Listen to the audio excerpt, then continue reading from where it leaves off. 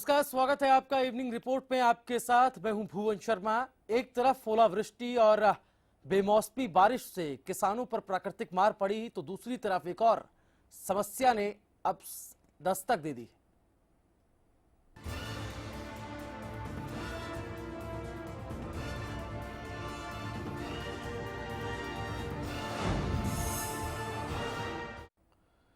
तो गेहूं की फसल में चेपा नाम की एक बीमारी ने दस्तक दी है। सैकड़ों एकड़ फसल खराब होने से किसानों की रोजी रोटी पर लाले पड़ गए। ऐसे में समय रहते अगर मुआवजा नहीं मिला तो किसानों के लिए और भी ज्यादा मुश्किलें खड़ी हो सकती हैं।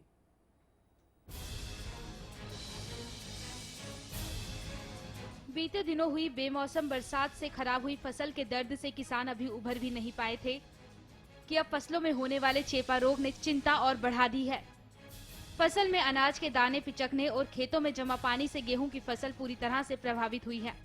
गहराई वाले हिस्से और गहरे कलर वाले खेतों में खड़ी गेहूं की फसल सूख गई है। किसानों का कहना है कि पैदावार प्रभावित होने का अंदेशा बना हुआ है, जबकि चेपा को नियंत्रित करने के लिए कुछ किसान दवा का छिड़काव भी कर रहे हैं, लेकिन इसके बावजूद नुकसान की संभावना बनी हुई है। समस्या तो ये है जी, हमारी जैसे बेमौसमी बारिश हुई और जो ओले पड़े हैं, हमारी फसलों का काफी नुकसान हो गया। और उसके बाद अब जब फसल पकने की उस पाई है, तो अब इसमें जो है अड़की बीमारी है नहीं, जिसने चेपा भी बोल दे, तो इसके उस तक हमारी फसल बर्बाद होगी बिल्कुल। सरकार से तो मेरी यही मांग है कि गिरदावरी, एक तो गिरदावरी कराई जाए और जो फसल का नुकसान है उसका मुआवजा दिया जाए। कृषि विकास अधिकारी डॉक्टर महेंद्र सिंह संधू के मुताबिक तेज धूप और ज्यादा नमी की वजह से फसल में चेपा नामक कीट पनपता है, जो पेड़ों के नीचे छाया से शुरू होकर पूरी फसल को प्रभावित कर देता है। किसानों के मुताबिक फसल को बचाने के लिए पूरी कोशिश की जा रही है, लेकिन सरकार की ओर से कोई आश्वासन न मिलने से भरोसा उठता जा रहा है और कर्ज की वजह से किसानों पर बोझ भी बढ़ता जा रहा है। किसानों की ये परेशानी दर्शाती है कि नेताओं की ओर से किए गए वादे केवल सियासी रोटियां सेकने के लिए ही होते हैं, जबकि सच्चाई इसके बिल्कुल उलट ही होती है। नीलोखेड़ी से राजेंद्र कुमार की रिपोर्ट। तो किसान जो पहले से ही परेशान था, एक और बीमारी से अब उसको जूझना पड़ेगा, जो कि फसलों पर लगनी शुरू हो गई है। दस्तक चेपा नाम की बीमारी ने दे दी है। आपको बता दें, एक शाकाहारी कीट है चेपा, जो कि पौधों से रस चूसता है। उसके बाद इस कीट का प्रकोप फरवरी और मार्च महीने में ज्यादा होता है, जब तेज धूप और नमी होती है। इस मौसम में ये ज्यादा पनपता है, यानी कि अब इसकी दस्तक शुरू हो गई है। राजेंद्र हमारे संवाददाता नीलोखेड़ी से फोन लाइन पर हमारे साथ जुड़ गए हैं। राजेंद्र, इस रिपोर्ट में हमने देखा किसान परेशान हैं और आखिर इसका समाधान कैसे निकलेगा? क्या कोई पहली बार इस तरह की ये बीमारी लगी है? इससे पहले अगर ये बीमारी हुई है तो कितना नुकसान किसानों को होता है? जी, मैं आपको बताना चाहूंगा कि नीलोखेड़ी एरिया में 28,500 एकड़ हेक्टेयर के करीब गेहूं की फसल की बिजाई की गई है। उसमें से बारिश होने की वजह से 15% के करीब इस बीमारी का असर फसल पर दिखाई पड़ रहा है। मान ले 1 एकड़ में 20 क्विंटल गेहूं की पैदावार हो रही थी, तो उसकी यील्ड पे फर्क पड़ेगा। उसमें कम से कम 14 क्विंटल के करीब की फसल होगी, जिसके चलते किसानों को भारी भरकम नुकसान सहना पड़ेगा। पीछे धान के रेट थे वो भी 3,000 रुपए में, जो बासमती धान पीटी है। पिछले वर्षों में जो धान का रेट 6,000 था, वो 3,000 में इनको औने पौने दामों में किसानों को बेचना पड़ा। उसके बाद फिर उन्होंने जब गेहूं की बिजाई की तो खाद की समस्या का सामना करना पड़ा, उसमें भी काफी लॉस किसानों को देखना पड़ा। अब किसानों के हालात ऐसे हो गए हैं कि अगर हरियाणा सरकार ने, अगर केंद्र सरकार ने इनकी कोई मदद नहीं की तो इनके रोटी रोजी के लाड़े पड़ जाएंगे। जैसे किसानों का कहना है कि हालात हमारे ये हो जाएंगे कि जैसे विदर्भ में जो विदर्भ के जो किसान हैं, कर्जे के बोझ के तले दब के आत्महत्या करने को मजबूर हो जाते हैं। ऐसे ही हमारे हालात होने वाले हैं अगर सरकार ने हमारी कोई मदद नहीं की। अभी तक सरकार की ओर से कोई भी गिरदौरी फसल की, जो फसल बर्बाद हुई है ओलावृष्टि और बारिश से, अभी तक कहीं भी कोई गिरदौरी नहीं कराई गई। अब 10 या 15 दिन के अंदर अंदर फसल का कटाव भी शुरू हो जाएगा गेहूं का। फिर कैसे? राजेंद्र, आप बने रहिए हमारे साथ। RS वर्मा साहब हमारे साथ जुड़ गए, गेहूं विशेषज्ञ हैं। वर्मा जी, स्वागत है आपका हरियाणा न्यूज में। हेलो। चेपा नाम की बीमारी है जिसने अब दस्तक देनी शुरू कर दी है। क्योंकि आप गेहूं के विशेषज्ञ हैं, इस अनाज पर कितना असर इसका होता है और कितनी बड़ी राहत की जरूरत किसानों को है सरकार के द्वारा, ताकि इससे निपटा जा सके। The number you are calling. RS Verma जी, सुन पा रहे हैं आप?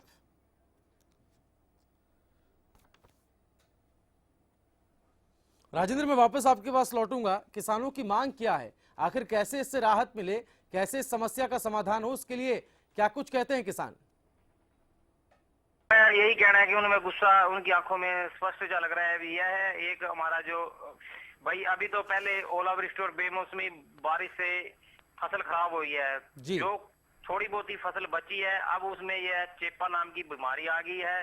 चेपा नामक बीमारी एक ऐसी भयंकर बीमारी है जो मान ले दूध का दाना होता है, इसके अंदर बैल पकती है, वो उसको चूस लेता है, जिससे जो गेहूं का दाना है उसका साइज छोटा होता है और ईल्ड में काफी प्रभाव पड़ता है, काफी कम ईल्ड होती है।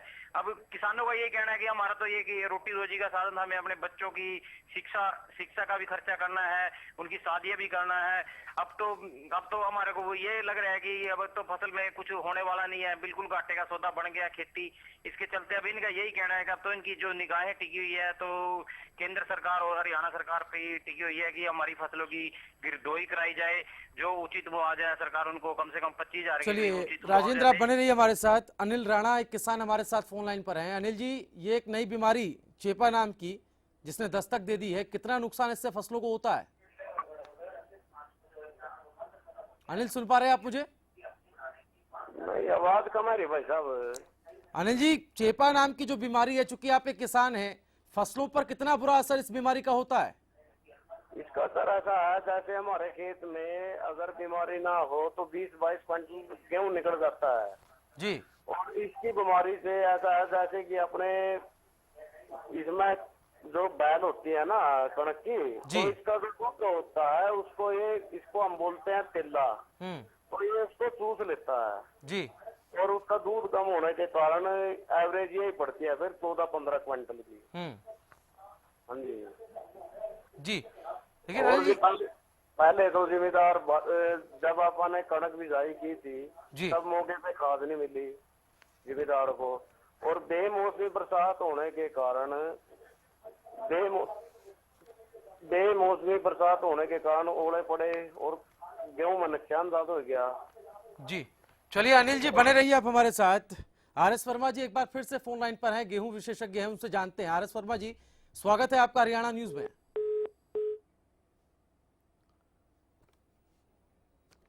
तो चलिए आपको बताते हैं आखिर ये चेपा रोग है क्या। चेपा एक हरे रंग का शाकाहारी कीट है जो पौधों से रस चूसता है। इस कीट का प्रकोप फरवरी और मार्च महीने में ज्यादा होता है क्योंकि तेज धूप और नमी की वजह से फसल में ये कीट पनपता है। पौधों की कोमल पत्तियों और गेहूं की बालियों से रस चूसता है। चेपा के प्रकोप से पौधों की पत्तियां मुरझा जाती है। इस कीट की साल में 12 से 14 पीढ़ियां पाई जाती। समय समय पर अलग अलग फसलों में ये होता रहता है। तो फसलों में स्प्रे करने से बालियां टूटने और पौधों के सूखने का भी डर है। छिड़काव नहीं करने से चेपा कीट बालियों का रस चूस लेता है। फसल में अनाज के दाने पिचकने और खेतों में जमा पानी से गेहूं की फसल पूरी तरह से प्रभावित हुई है। गहराई वाले हिस्से और गहरे रंग वाले खेतों में खड़ी गेहूं की फसल सूख गई है। चेपा को नियंत्रित करने के लिए कुछ किसान दवा का छिड़काव कर रहे हैं, लेकिन बावजूद इसके नुकसान की संभावना बनी हुई है। आखिर फसलों पर प्रभाव क्या होता है, यह हम आपको बताते हैं। इस रोग से फसलों में होने वाले चेपा रोग ने चिंता बढ़ा दी है। पूर्ण विकास न होने से अनाज का दाना हल्का और छोटा रह जाता है।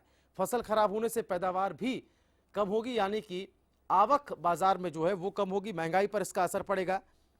वैज्ञानिकों का क्या कहना है? वैज्ञानिक मानते हैं कि तेज धूप और नमी की वजह से फसल में चेपा नाम का कीट पनपता है। पेड़ों के नीचे छाया से शुरू होकर पूरी फसल को प्रभावित कर देता है।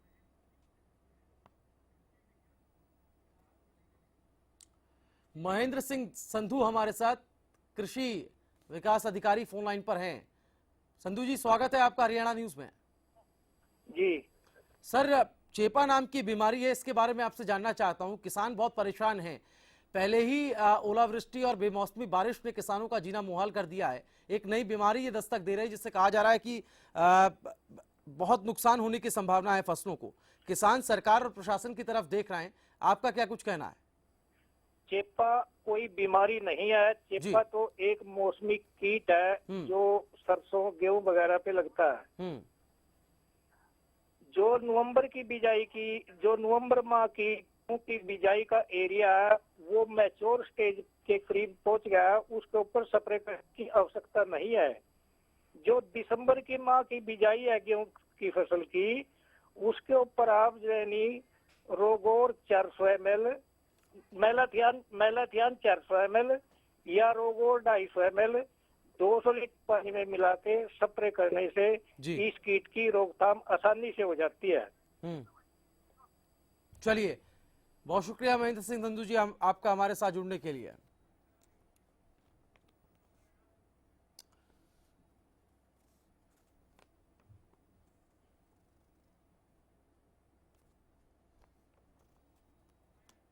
चलिए सीधा रुख करेंगे इस वक्त की बड़ी खबर का। पंचकुला से इस वक्त की बड़ी खबर आ रही। शिक्षा सदन पर लैब सहायकों का प्रदर्शन जो है वो किया जा रहा है। अर्धनग्न होकर लैब सहायक अपनी मांगों को लेकर प्रदर्शन कर रहे हैं। पुलिस ने लैब सहायकों को रास्ते में ही रोका है, यानी कि पुलिस भी मौजूद है, बैरिकेडिंग लगाकर रोका गया है। 18 महीने से रुके वेतन की लैब सहायक मांग कर रहे हैं। पंचकुला से हम आपको इस वक्त की ये बड़ी खबर बता रहे हैं। शिक्षा सदन पर लैब सहायकों का प्रदर्शन, अर्धनग्न होकर प्रदर्शन कर रहे हैं। जो रुकी हुई सैलरी है, जो वेतन है, उसकी मांग कर रहे हैं। पुलिस ने लैब सहायकों को रास्ते में रोक दिया है। तो 18 महीने से रुके वेतन की मांग कर रहे हैं। शिक्षा सदन पर लैब सहायक का प्रदर्शन जारी है। पंचकुला से हम ये बड़ी खबर आपको बता दें। अर्धनग्न होकर लैब सहायक जो है प्रदर्शन कर रहा है। पुलिस ने लैब सहायकों को रास्ते में ही रोक लिया है, यानी कि प्रदर्शन को रोकने की भी कोशिश की जा रही है पुलिस के द्वारा। 18 महीने से इन लैब सहायकों का वेतन जो है वो रुका हुआ है, जिसकी ये मांग कर रहे हैं। शिक्षा सदन के बाहर अर्धनग्न होकर लैब सहायकों का प्रदर्शन जारी है। पुलिस भी वहां मौजूद है। सहायकों को रास्ते में ही जो है वो रोका गया है।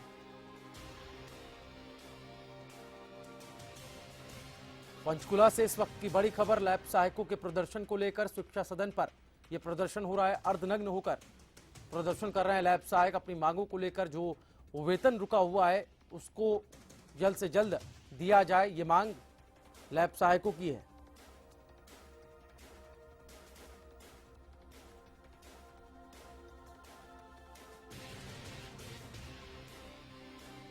लैब सहायक संघ के प्रधान सुरेंद्र हमारे साथ फोन लाइन पर है। सुरेंद्र जी, बहुत स्वागत है आपका हरियाणा न्यूज में।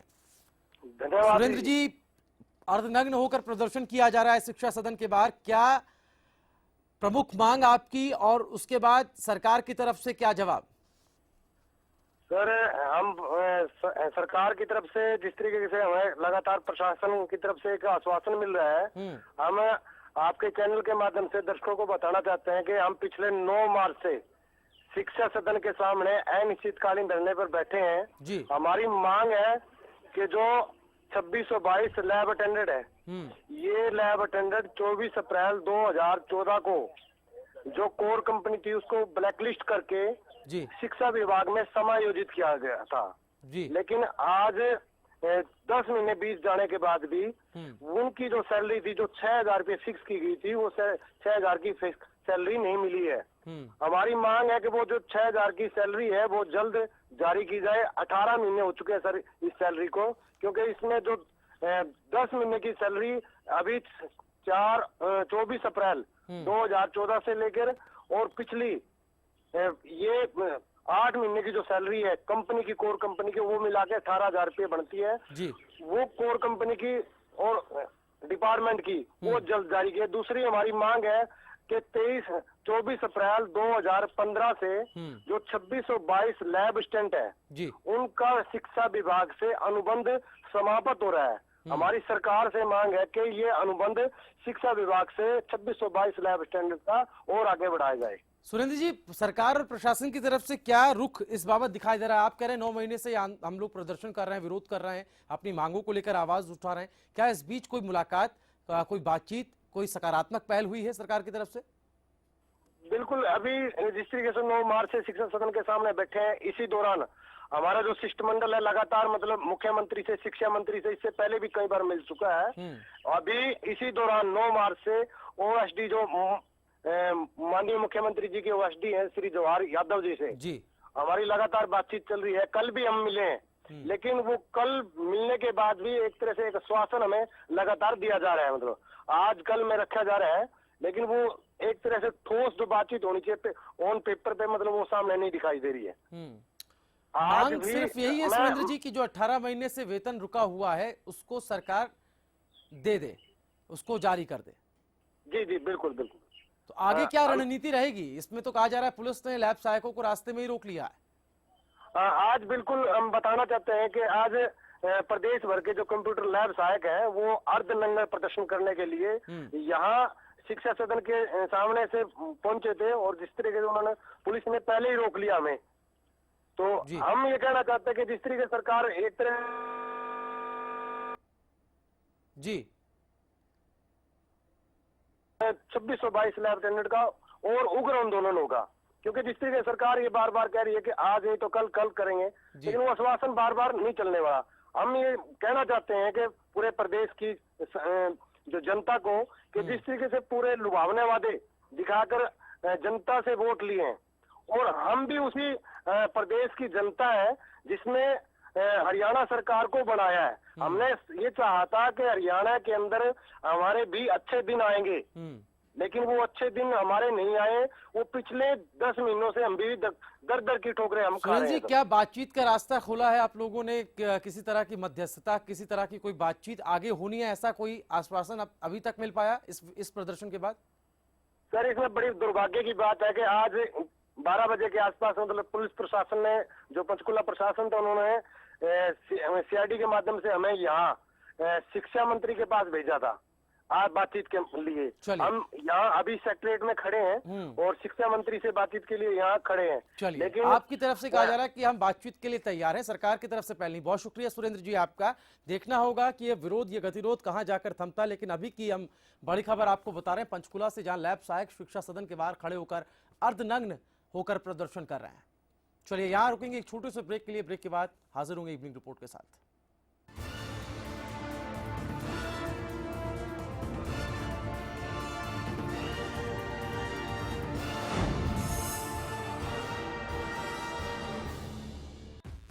Siddheshwar Automobiles and Corporation brings an exclusive showroom of the amazing brand Nissan in Gurgaon. Cars available in all models and perfect price. And workshop also here with high-tech equipments approved by Nissan. Showroom Siddheshwar Nissan to Honda Chowk, Sector 34, plot number 34, Gurgaon, Haryana.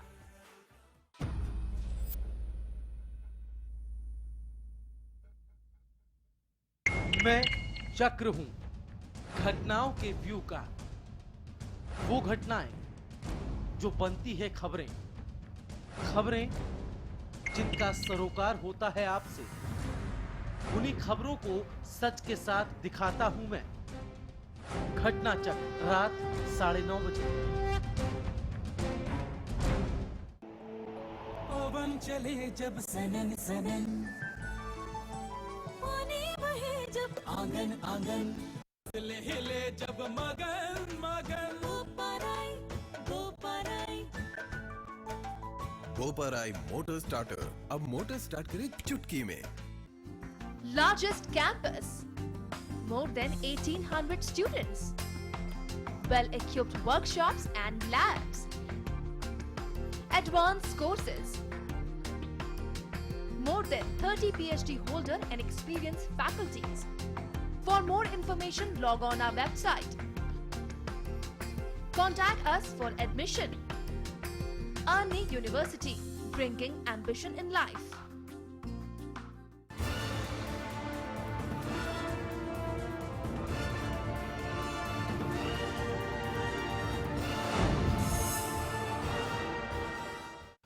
Break के बाद evening report में आपका एक बार फिर से स्वागत है। Evening report में आज हम बात उस बीमारी की कर रहे हैं, उस कीड़े की कर रहे हैं जिसने किसानों की मुश्किलें बढ़ा दी हैं। चेपा नाम का ये कीट जो है तेज धूप और नमी की वजह से जो फसलों में लग जाता है, पनपता है और उसके बाद फसलों को बर्बाद कर देता है। पौधों की कोमल पत्तियों और गेहूं की बालियों से रस चूसता है, जिसके बाद पत्तियां जो है वो मुरझा जाती है, यानी कि फसलों पर सीधा सीधा असर होता है। का बड़ी मात्रा में कहा जा रहा है कि प्रभावित करेगा ये फसलों को अगर इसका समाधान नहीं किया गया। और समाधान के लिए जैसा कि वैज्ञानिक कहते हैं, प्रभावित फसलों में 400 ml मेलाथियान दवा का छिड़काव किया जाए तो प्रति एकड़ 250 लीटर पानी के घोल में मिलाकर इसको करने से फसलों को राहत मिलती है।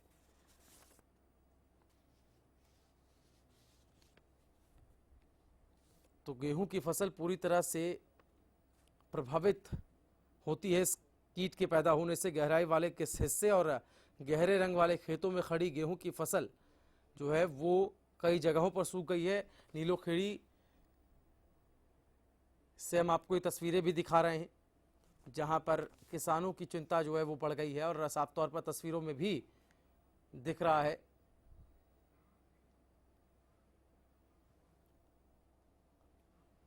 हमारे साथ किसान यूनियन के प्रधान राम सिंह फोन लाइन पर हैं। राम सिंह जी, स्वागत है आपका। फसलों में चेपा नाम का कीट जो है वो लगने लग गया है, जिससे भारी संख्या में अब फसलों की बर्बादी होना तय है। इसको लेकर आपका क्या कहना है? नीलोखेड़ी से हम तस्वीरें अपने दर्शकों को दिखा रहे हैं जहां चेपा नाम का कीट कई फसलों को बर्बाद कर चुका है। अच्छा जी, फसलों के बारे में पूछ रहे हैं आप? जी, जो फसल है जी, इसका कुछ तो ओले पड़ गया, कुछ बरसात ज्यादा है कि फसलों का नुकसान बहुत ज्यादा हो गया जी। हाँ। राम सिंह जी, इसका सॉल्यूशन क्या हो, समाधान कैसे निकले, कैसे इसको रोका जाए बढ़ने से? समाधान तो सरकार के पास है जी, कुछ न कुछ इन्हें कुछ न कुछ देगा तो बात बनेगा, यानी किसान तो पिट गया जी।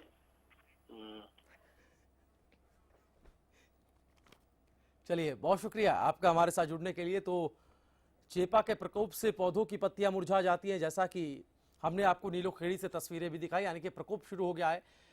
कई सारे मुद्दे किसानों के सामने हैं जिनको लेकर सरकार से वादा खिलाफी का आरोप सरकार पर लगा चुके हैं किसान। वहीं दूसरी तरफ कुछ प्राकृतिक चीजें, ओलावृष्टि की हाल ही में हुई घटना, बेमौसमी बरसात से फसलें खराब हुई, अब चेपा नाम का कीट जो किसानों की मुश्किलें आने वाले दिनों में और भी बढ़ा सकता है। किसानों को उम्मीद है सरकार से कि वो इसका सल्यूशन, जो दवाई बाजार में उपलब्ध है उनको किसानों के पास उनको पहुंचाए और जल्द से जल्द फसलों को राहत पहुंचाए। इवनिंग रिपोर्ट में फिलहाल इतना ही। हरियाणा न्यूज पर खबरों का सिलसिला लगातार जारी है। नमस्कार।